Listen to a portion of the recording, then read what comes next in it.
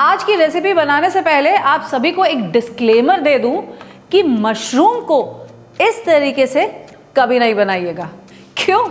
वरना ये रोज बनाने पड़ेंगे। और नहीं तो क्या, जब मशरूम की इतनी डिलीशियस रेसिपी आप बनाएंगे तो सब लोग घर में एक बार नहीं बार बार मांगेंगे।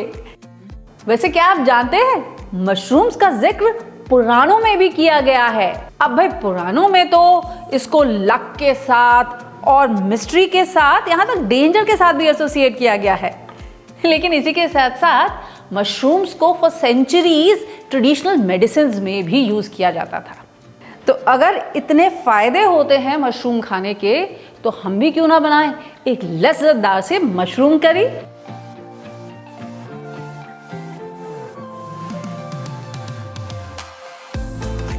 और हाँ, हमेशा की तरह मेरे पास है आपके लिए ढेर सारे टिप्स एंड ट्रिक्स। इस मशरूम करी को बनाने के लिए पहले तो आपको ये बताऊंगी कि मशरूम्स को सिलेक्ट कैसे करना है, फिर इन्हें क्लीन कैसे करना है, और फिर एक ऐसी करी बनाएंगे जो इस मशरूम के फ्लेवर्स को परफेक्टली बैलेंस करेगी और थोड़ा सा एनहांस भी करेगी। फिर शुरू करें।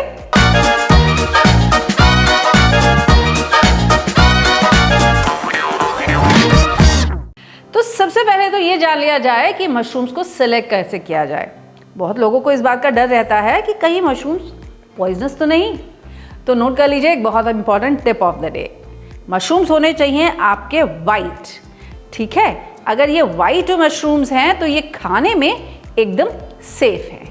और ये बहुत अलग अलग वैरायटी के मशरूम्स आपको मार्केट में मिलेंगे, लेकिन इंडिया में हमें जो सबसे कॉमनली मशरूम अवेलेबल होता है ना, वो होता है ये बटन मशरूम्स। इसका सरफेस जो है ना वो एकदम ड्राई होना चाहिए, इसमें चिकनाहट नहीं होनी चाहिए, ये बिल्कुल भी स्लाइमी नहीं होना चाहिए, ठीक है। तो पहले आप ऐसे बढ़िया मशरूम्स को छांट लीजिएगा।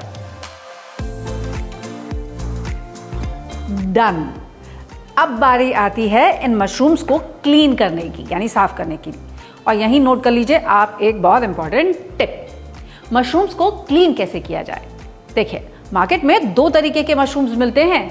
एक तो होते हैं ये सारे सफेद एकदम साफ सुथरे मशरूम्स, और दूसरे होते हैं मशरूम्स जिनमें इस तरह से ये ब्लैक स्पॉट्स पड़े रहते हैं। अगर आप पूछेंगे कि दोनों में से कौन सा सही है, तो यकीन मानिए दोनों बिल्कुल ठीक है। ये जो स्पॉट्स वाले मशरूम्स हैं ये अनवॉश्ड हैं, यानी इनको धोया नहीं गया है। इसकी वजह से इसकी जो शेल्फ लाइफ है ना वो और लंबी हो जाती है, तो ये जल्दी खराब नहीं होते हैं। अब ये मशरूम्स वॉश्ड मशरूम्स होते हैं, इसलिए ये जल्दी खराब हो जाते हैं। क्यों? क्योंकि मशरूम्स आर लाइक स्पॉन्ज, वो पानी को बहुत जल्दी अब्जॉर्ब कर लेते हैं। मशरूम्स को वॉश नहीं किया जाता। मशरूम्स को क्लीन करने के लिए पहले हम इन्हें सूखे मैदे से रब करते हैं। तो होता क्या है, इसके ऊपर जितनी डर्ट लगी होती है, गंदगी लगी होती है, बाय चांस कुछ अगर रह जाती है तो वो कंप्लीटली क्लीन हो जाती है। और अब एक गीले कपड़े के साथ ना इन मशरूम्स को हम वाइप कर लेंगे, ताकि इस पे जो मैदा लगा हुआ है ना वो भी वाइप आउट हो जाए और ये पूरी तरीके से क्लीन हो जाए। वैसे क्या आप मशरूम की सब्जी घर पर बनाते हैं? जल्दी से कमेंट करके मुझे बताइए। तब मशरूम्स के बारे में एक बहुत इंटरेस्टिंग बात आगे चल के आपको बताऊंगी। तो मशरूम्स तो हो गए साफ, अब करते हैं इसकी ग्रेवी की तैयारी।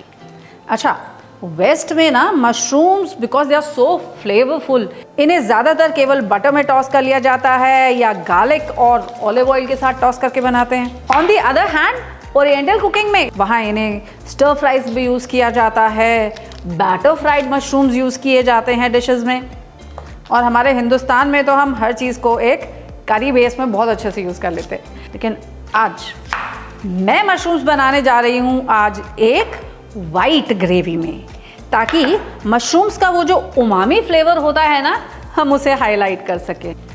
उमामी फ्लेवर क्या होता है? देखिए 5 अलग अलग फ्लेवर्स होते हैं, खट्टा, मीठा, नमकीन, तीखा, और 5वां फ्लेवर जो होता है उसे कहते हैं उमामी, यानी कि एक मीठी सा फ्लेवर जो आपको नॉन वेजिटेरियन फूड में तो मिलता ही मिलता है, इसी के साथ साथ सोयाबीन में और मशरूम्स में, इन दोनों में भी मिलता है। वेस्टर्न क्यूजीन्स में क्या होता है, क्रीम के साथ मशरूम्स को बहुत कुक किया जाता है ताकि ये उमामी फ्लेवर हाईलाइट हो सके। तो हम भी आज यही करेंगे, हम बनाएंगे आज एक वाइट ग्रेवी बेस जिसमें थोड़ा सा क्रीमी टेक्सचर होगा ताकि हमारे मशरूम्स का बढ़िया सा फ्लेवर आ सके। देखिए बातों बातों में मैंने यहाँ पर ये 2 मीडियम साइज के प्याज फाइन स्लाइस कर लिए हैं। अब एक पैन में लेते हैं ये सारा प्याज, इसके साथ ऐड करेंगे इसमें 1 कप पानी, 3 से 4 कली लहसुन की, 1 इंच का टुकड़ा अदरक का जिसे मैं पहले स्लाइस कर लूंगी, 2 हरी मिर्च स्लिट करके, 2 तेज पत्ता, 3 से 4 छोटी इलायची और 1 टुकड़ा दालचीनी का। अब पहले तो इसे एक बॉईल पे ले आएंगे, फिर 8 से 10 मिनट के लिए हम इसे पकने देंगे जब तक ये प्याज की जो कच्चापन है ना, वो कच्ची खुशबू नहीं खत्म हो जाती और ये प्याज एकदम ट्रांसलूसेंट नहीं हो जाता। तो जब तक हमारा ग्रेवी बेस पकता है ना, हम 2 काम और करेंगे। पहला तो ये कि इन मशरूम्स को मैं हाफ में कट करके रख लूँगी। देखिए मशरूम में क्योंकि बहुत पानी होता है ना, जैसे जैसे हम इसे कुक करते जाते हैं तो ये श्रिंक करता जाता है। इसीलिए अगर आपने मशरूम्स को बहुत छोटा काट दिया ना, तो वो आपकी ग्रेवी में कहाँ गुम हो जाएंगे आपको पता भी नहीं चलेगा। वैसे मशरूम्स को लेकर अगर आपके दिमाग में कोई भी सवाल हो, कोई भी क्वेश्चंस हो ना, तो आप कमेंट्स पे प्लीज़ मुझसे पूछ लीजिए, मैं आपके हर सवाल का जवाब दे दूंगी। Mushrooms done. अब मैं क्या करूंगी, 2-3 गार्लिक को फाइन चॉप करके रख लूंगी। ऐसे ही 2 ग्रीन चिलीज को भी ना फाइन चॉप कर लेंगे।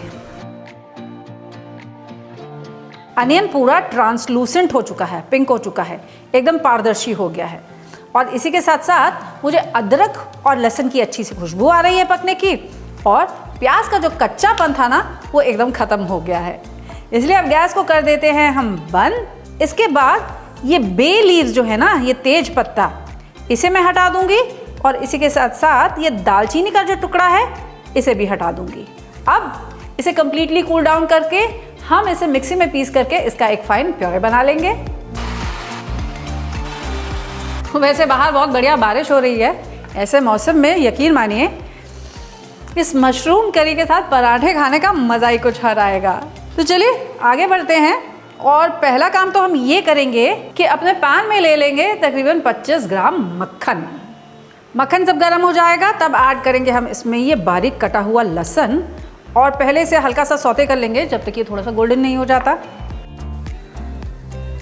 अब देखिए ये लहसुन भी बढ़िया से फ्रेग्रेंट हो चुका है, हल्का सा गोल्डन कलर इस पे आ गया है ना।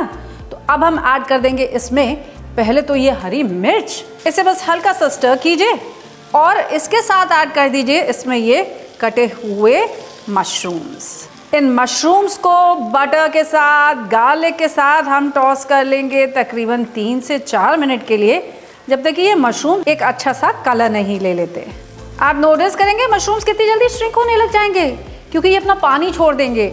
याद है ना आपको बताया था मशरूम्स आर लाइक स्पॉन्ज, इनका वाटर कंटेंट बहुत हाई होता है, और इसी के साथ साथ इसमें iron, magnesium, vitamin C, vitamin B, ये सब भी होता है। और मैग्नीशियम एक ऐसा ट्रेस मिनरल है जो बहुत सारी वेजिटेबल्स में हमको मिलता नहीं है, मशरूम्स में मिलता है। और जानते हैं मैग्नीशियम किस लिए ज़रूरी होता है? भाई पहली बात तो आजकल की स्ट्रेस भरी दुनिया में ये स्ट्रेस को फाइट करने में मदद करता है, और इसी के साथ साथ ब्रेन हेल्थ के लिए भी इम्पॉर्टेंट होता है। इसीलिए थोड़े से मशरूम्स को अपनी डाइट में ज़रूर ऐड कर लीजिएगा। और इसी के साथ साथ ये कैंसर भी प्रिवेंट करता है। अब बताइए, अगर किसी सब्ज़ी में इतने सारे गुण हैं और अच्छी सी रेसिपी बनाने का तरीका भी मैंने आपको सिखा दिया, तो आप इसे क्यों नहीं घर में बनाते? अब ये देखिए मशरूम्स ने भी एक बढ़िया सा गोल्डन कलर ले लिया है और ये साइज में थोड़ा सा श्रिंक हो गया है। अब ये जो ग्रेवी बेस हमने प्रिपेयर करके रखा हुआ है ना, ये ग्रेवी बेस हम इसमें ऐड कर देंगे। और क्योंकि ये ग्रेवी बेस ऑलरेडी कुक्ड है, इसीलिए इसको मशरूम्स के साथ हमें ज़्यादा पकाने की ज़रूरत नहीं पड़ेगी। बस केवल 3 से 4 मिनट के लिए हमें मशरूम्स को इस ग्रेवी के साथ बॉईल कर लेना है। ग्रेवी में आ चुका है बढ़िया सा मशरूम का फ्लेवर। अब ऐड करेंगे हम इसमें नमक। बहुत एहतियात के साथ क्योंकि हमारे मशरूम्स में भी सोडियम की कंटेंट बहुत अच्छी होती है, यानी कि ये नेचुरली नमकीन होते हैं। और इसी के साथ साथ हमने जो बटर इस्तेमाल किया था वो सॉल्टेड बटर था, यानी कि उसमें भी नमक था। तो नमक थोड़ा एहतियात से डालेंगे। और अब ऐड करेंगे इसमें अबाउट 1/4 कप ऑफ क्रीम। अगर आपके पास क्रीम ना हो ना तो आप घर की मलाई को भी फेंट करके इसमें ऐड कर सकते हैं। फाइनली ऐड करेंगे हम इसमें 1 चम्मच कसूरी मेथी। और यही नोट कर लीजिए आप अपनी next tip of the day, जो ये कहती है, क्या आप जानते हैं कसूरी मेथी को हमेशा अपने हाथों के बीच में इस तरीके से रगड़ करके तब अपनी डिश में ऐड करना चाहिए। ऐसा क्यों? ऐसा इसलिए क्योंकि आपकी पाम की जो वार्मथ है, यानी कि हाथों को रगड़ने से जो गर्मी पैदा होती है ना, उस गर्मी से ये कसूरी मेथी और महक जाती है और फ्रेग्रेंट हो जाती है। इसलिए, और क्योंकि कसूरी मेथी एक बहुत ही खुशबूदार डेलिकेट सा हर्ब है, इसीलिए इसे हमेशा कुकिंग के एंड में ऐड कीजिएगा, स्टार्टिंग में कभी नहीं।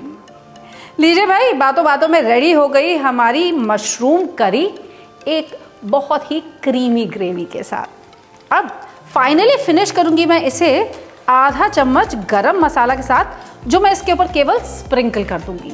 गरम मसाला मैं एंड में इसलिए ऐड कर रही हूँ ताकि मुझे इसका एक बढ़िया सा फ्लेवर आ जाए। अब नोट कर लीजिए एक और इम्पॉर्टेंट बात, कि अगर आप इस मशरूम करी को थोड़ा रुक के, ठहर के, कुछ घंटों बाद खाएंगे ना, तो यकीन मानिए इसका फ्लेवर और बढ़िया हो जाएगा। जैसे मैं आज इसे सर्व करने जा रही हूँ डिनर में, जैसे मैंने आपको बताया था ना, पराठों के साथ। आप भी ज़रूर ट्राई कीजिएगा। और हाँ, अगर अभी तक आपने मेरा चैनल सब्सक्राइब नहीं किया है तो जल्दी से कर लीजिए, ये बेल आइकन ज़रूर दबा दीजिएगा, तभी तो हर नई रेसिपी का नोटिफिकेशन आप तक पहुँच जाएगा तुरंत। ये रेसिपी घर में ज़रूर ट्राई कीजिएगा और मुझे ज़रूर बताइएगा मशरूम्स का ये रूप आपको कैसा लगा।